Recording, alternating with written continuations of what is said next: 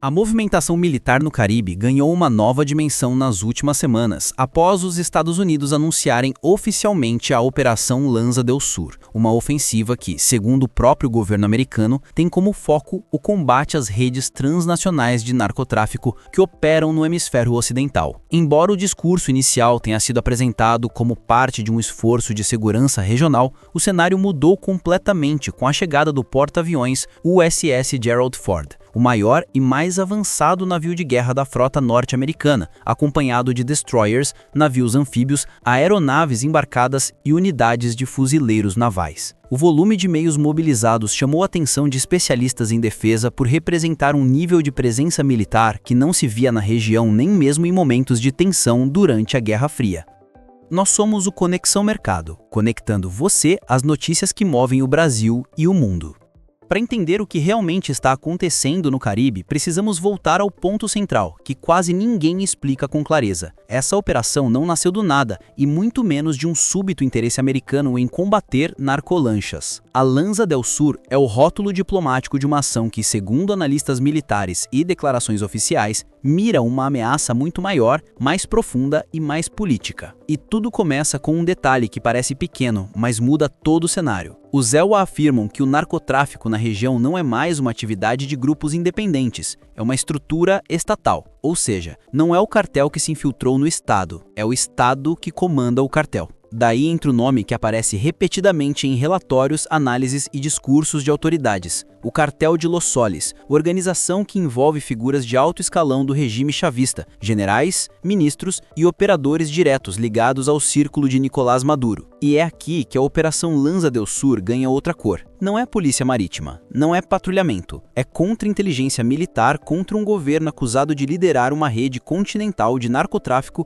e grupos armados. Quando a general Laura Richardson, uma das vozes mais experientes do Comando Sul, explicou publicamente o que o USS Gerald Ford acrescenta à região, ela deixou escapar o que realmente importa: mais capacidade para monitorar, detectar e rastrear toda a atividade ilegal. Só que essa frase, quando dita com o porta-aviões nuclear às costas, significa outra coisa. Não é apenas vigilância, é domínio absoluto do espaço marítimo e aéreo. E a partir daí, tudo começa a se encaixar. Por que deslocar para o Caribe o maior porta-aviões que os Estados Unidos possuem? Por que enviar destroyers, navios anfíbios, aeronaves F-35 e grupos inteiros de fuzileiros navais?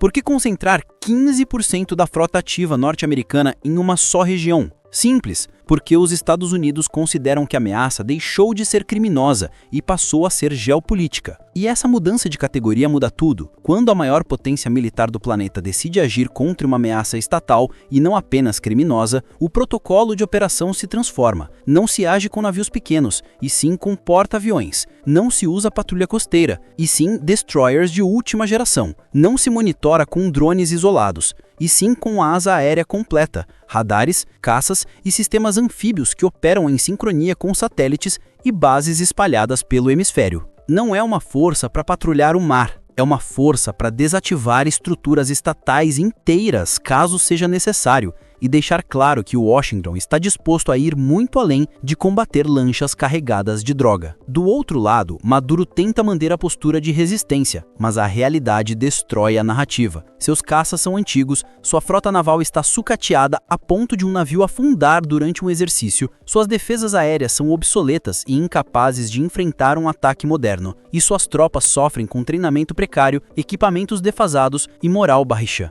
A diferença entre as duas forças é tão gigantesca que especialistas afirmam que nem faz sentido comparar. É como colocar armamento medieval contra a tecnologia espacial, e Maduro sabe disso. Por isso apela para seu último recurso: milícias civis, coletivos armados e grupos guerrilheiros estrangeiros como o ELN e dissidências das Farc. Essa tentativa de mostrar força revela, na verdade, um governo que se apoia em caos organizado para tentar compensar sua incapacidade militar. A presença dessas milícias, mostradas em transmissões oficiais com armas antigas e instruções improvisadas, não representam um exército preparado, representa um governo desesperado tentando parecer forte. Enquanto isso, os ELWA se movem com clareza absoluta. Cada navio, cada aeronave, cada reposicionamento no Caribe faz parte de um plano maior. A Venezuela, ao contrário, reage sem direção, mesclando bravata, medo e propaganda. E quando um lado escala por estratégia e o outro escala por desespero, o resultado é previsível. O tabuleiro inclina completamente para quem tem foco, tecnologia e comando unificado. A verdade é que a operação americana expôs o que muitos evitavam dizer. Maduro não controla mais o ritmo dos acontecimentos. O regime tenta criar a imagem de prontidão, mas a realidade mostra fragilidade. E quando a fragilidade encontra uma potência completamente preparada, o conflito deixa de ser questão de ser e passa a ser questão de quando. Quando falamos em virada, muita gente pensa apenas em explosões, tanques avançando e aviões rompendo o céu. Mas na geopolítica real, as grandes quedas não começam com barulho. Elas começam com pressão, com o silêncio tenso, com uma mensagem clara enviada pelo lado mais forte e com o medo se espalhando pelo lado mais frágil. É exatamente isso que está acontecendo agora. O regime venezuelano sempre apostou em 3 pilares para sobreviver: o caos interno, as alianças ideológicas e, principalmente, a convicção de que os Estados Unidos jamais levariam a ameaça às últimas consequências. Durante anos, Maduro se manteve firme justamente porque acreditava que Washington não ultrapassaria a linha da retórica. Ele confiava que os ELA falariam duro, mas não moveriam um dedo de verdade. E esse cálculo manteve o chavismo respirando. Mas então, o impensável aconteceu. O maior porta-aviões americano entrou no Caribe com todo o seu grupo de ataque. E esse movimento é mais poderoso do que qualquer bomba, porque destrói a única certeza que sustentava Maduro. Agora, pela primeira vez, o regime enfrenta algo que nunca experimentou. Um cenário onde a ameaça é real, onde a potência é concreta, onde as opções militares existem de verdade. E aqui está a chave que os especialistas revelam. A queda de Maduro não necessariamente viria de um ataque americano, mas da reação daqueles que estão ao lado dele. Quando o regime percebe que o apoio externo pode virar uma ação militar concreta, que os aliados são incapazes de protegê-lo e que a potência adversária está a poucos quilômetros de distância,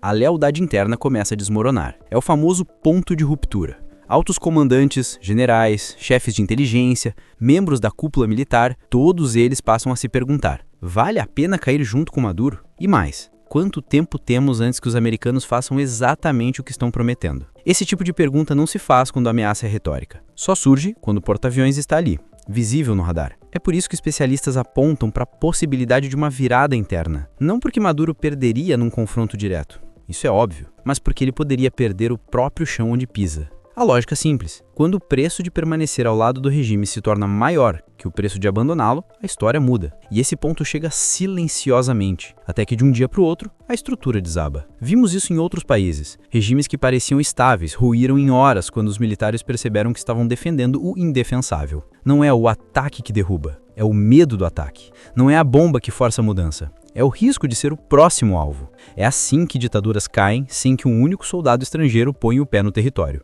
E é exatamente aqui que os ELA jogam sua maior carta: a ameaça calculada, a pressão exata, o recado sem ambiguidades. A operação não precisa virar guerra para provocar a virada. Basta deixar claro que desta vez não é teatro. Basta demonstrar que, se Maduro desafiar, haverá consequências reais. Basta que cada general venezuelano entenda que não terá como escapar da responsabilidade, nem dentro do país, nem fora. E esse é o momento em que a resistência interna ganha vida, quando os oficiais começam a olhar uns para os outros buscando sinais de dúvida, quando a fidelidade ideológica dá lugar a um instinto de sobrevivência, quando a população, vendo a fragilidade do regime, começa a se movimentar, quando o medo muda de lado. E esse é o tipo de virada que acontece sem aviso. Ela não é televisionada, não é anunciada, não vem com discursos. Ela simplesmente acontece. E quando acontece, a história nunca volta ao estado anterior. É por isso que tantos analistas dizem que Maduro teme mais um ultimato americano do que um ataque propriamente dito.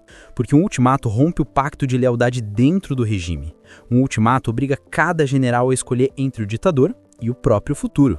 Um ultimato coloca o poder nas mãos de quem até então fingia não ter escolha. E quando essa decisão chega, ditadores caem, e caem rápido. Essa é a virada que está no ar. Silenciosa, tensa e mais perigosa para Maduro do que qualquer míssil lançado do porta-aviões. A partir deste momento, cada movimento conta, e os impactos já começam a aparecer dentro e fora da Venezuela. Primeiro ponto: nenhum cenário é simples. Os analistas deixam claro que existem 3 caminhos possíveis, e todos mexem com a região inteira. 1. Maduro ceder à pressão e abandonar o poder. É o cenário mais limpo e o mais improvável. Ditadores não entregam o trono por vontade própria. 2. Os Estados Unidos realizarem ataques pontuais, cirúrgicos, mirando alvos estratégicos do regime. centros de comando, infraestrutura militar, chefias ligadas ao cartel de Los Soles. Isso desestabilizaria Maduro rapidamente e poderia forçar uma mudança interna. 3. O cenário que mais preocupa o continente.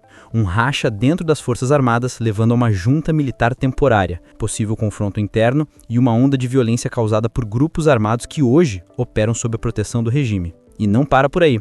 A instabilidade poderia se espalhar pelas fronteiras e atingir diretamente a Colômbia e o Brasil, regiões onde guerrilhas, dissidências e milícias já controlam territórios inteiros. Enquanto isso, a política interna da Colômbia vira palco de disputas. Petro, segundo especialistas, tenta usar o momento para ganhos políticos internos, mandando sinais ambíguos e desafiando a Casa Branca. Mas, apesar da retórica, ninguém acredita que haveria algum tipo de apoio institucional a Maduro. E tem mais, a opinião pública no Zéua não quer uma guerra. Menos de 25% da população apoia uma invasão. E isso significa que Trump precisa de movimentos rápidos, cirúrgicos, que mostrem força, mas evitem um conflito prolongado. Ou seja, uma faísca pode mudar tudo, mas qualquer passo em falso pode incendiar o continente. E é justamente essa mistura explosiva, pressão externa, medo interno e crise regional que coloca a América Latina no centro do mapa mundial. Nada está decidido, e os próximos dias podem redesenhar as alianças e o poder na região. Agora chegamos na parte que mais preocupa estrategistas, diplomatas e militares. O que está sendo preparado para os próximos meses e como isso pode virar o jogo político na América Latina. Porque, segundo especialistas americanos, Lanza del Sur não é um movimento isolado. É parte de uma nova estratégia de segurança nacional, na qual os Estados Unidos voltam a priorizar o hemisfério ocidental. Ou seja, o foco está voltando para casa, e a Venezuela é o epicentro desse novo tabuleiro. E o que isso significa na prática? Primeiro, Trump pode estar preparando um redesenho completo da região. Se Maduro cair, seja por pressão militar, seja por ruptura interna, toda a geopolítica sul-americana muda. Novos aliados surgem, novos acordos são feitos e regimes autoritários perdem terreno. 2. A esquerda latino-americana entra em alerta máximo, porque qualquer enfraquecimento de Maduro enfraquece toda a rede ideológica que o apoia, e isso afeta diretamente países como Colômbia, Nicarágua, Cuba e até o Brasil. E 3. O papel dos grupos armados explode no radar internacional. Com dissidências armadas espalhadas pela fronteira, qualquer instabilidade interna pode transformar a Venezuela num centro de exportação de violência para toda a região. É isso que preocupa militares brasileiros e colombianos. 4. A população venezuelana poderá ser decisiva. Se houver sinais de que o regime perde o controle, manifestações podem explodir, e esse movimento popular, que foi abortado várias vezes, pode finalmente ganhar força sob a cobertura de pressão externa. E 5. E a pergunta que fica: o que isso significa para o Brasil? Significa que teremos que lidar com aumento de fluxo migratório, pressão sobre as forças armadas na fronteira norte, redes criminosas tentando atravessar para território brasileiro e um possível reposicionamento diplomático forçado caso os Estados Unidos ampliem sua presença na região. A verdade é simples. O Caribe voltou a ser palco de estratégia global, e a Venezuela se tornou a peça que pode desencadear a maior mudança política das últimas décadas na América Latina. Nada está estável, nada está garantido, e tudo indica que o próximo movimento será decisivo, não só para Maduro, mas para todo o continente. E agora que a cortina foi levantada, não há mais como fingir que nada está acontecendo. O maior porta-aviões dos Estados Unidos está no Caribe. Milhares de militares norte-americanos circulam a poucos quilômetros da Venezuela. O regime de Maduro tenta reagir com milícias, propaganda e desespero. E toda a América Latina está sentada sobre um barril de pólvora. O sistema até pode tentar desviar o foco, pode tentar suavizar o discurso, pode tentar convencer você de que é só mais uma operação antidrogas, mas não é. É um movimento geopolítico gigantesco, é um aviso direto. É o tipo de ação que muda governos, derruba ditaduras e redefine fronteiras de influência. A pergunta não é mais se algo vai acontecer, a pergunta é quando e como.